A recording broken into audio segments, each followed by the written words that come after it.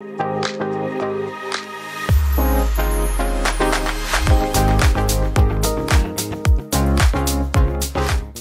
comme je vous ai expliqué, je suis déjà passée par là, cette phase de reconversion donc, que j'ai amorcée à 38 ans. Et donc j'ai travaillé avec une coach parisienne qui m'a aidée justement à en être là où j'en suis aujourd'hui. Alors en fait, j'ai fait l'ikigai sans le savoir. C'est-à-dire qu'elle m'a posé pas mal de questions. Et puis d'une séance sur l'autre, eh bien, j'avais un travail personnel à mener. Et ensuite on débriefait, on en parlait. Donc, j'ai voulu vous présenter ma matrice Ikigai. Et vous allez voir qu'au départ, voilà, le coaching ne ressort pas forcément. Donc, dans ce que j'aime faire, j'aime tout ce qui est ressources. Vous voyez, donc ressources en termes de prévention, en termes de bien-être, le yoga, le sport, la nature.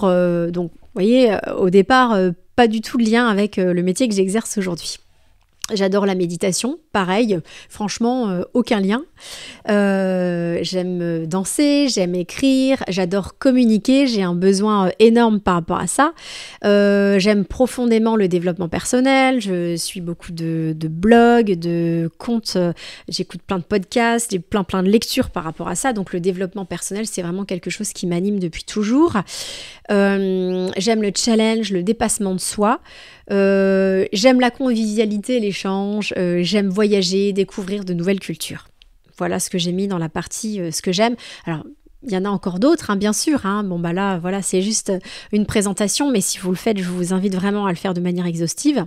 Dans ce pourquoi je suis douée, j'ai mis motiver, booster. Je pense être pédagogue, j'espère en tout cas, vous me le direz en commentaire par rapport à cette formation. Je pense être douée pour la communication, j'ai des qualités rédactionnelles, j'ai de l'humour, enfin j'adore répéter qu'on peut faire des choses sérieuses sans se prendre au sérieux. Je fais tout pour m'autonomiser, que ce soit dans le sport, dans l'alimentation, voilà, j'essaye de me former sans cesse, c'est une quête. Alors donc j'aurais pu le mettre aussi dans ce que j'aime faire d'ailleurs, mais c'est également ce vers quoi j'accompagne les personnes, hein, apprendre à s'autonomiser, puisque tout est ressources. Donc là, je peux déjà faire un pont entre ce pourquoi je suis douée et ce que j'aime faire. Et puis, je sais vendre, négocier. C'est pas forcément le truc que j'aime le plus faire. Enfin, j'ai plus aimé par le passé, aujourd'hui un petit peu moins. Mais je sais le faire. Et puis, je pense que j'ai une certaine capacité d'écoute. Et puis, je suis pas trop mauvaise en anglais. Alors, ce dont le monde a besoin, je pense que le monde a besoin de plus de prévention en termes de bien-être. Il y a comme une éducation à faire dans ce sens-là pour apporter justement de l'autonomisation. Donc, grâce à des approches comme par exemple l'acupuncture, la diététique, la sophrologie. Je ne dis pas qu'on peut tout faire, mais en ce qui me concerne, j'ai une intime conviction qu'on a une sacrée marge de progrès et que les gens pourraient être plus heureuses et beaucoup plus dans le mieux-être si on était davantage formés et ouverts sur tout ça, et notamment en Occident. 2 autres valeurs qui me tiennent à cœur, c'est stop à la malbouffe, en lien avec le premier on va dire, et puis la lutte contre tout type de violence. Alors, ce pourquoi je pourrais être payée, eh bien, c'est dispenser des formations, assurer des prestations en marketing, vendre des formations ou autre chose d'ailleurs, je sais pas quoi, donner des cours d'anglais, je l'ai déjà fait, pour des débutants et des intermédiaires.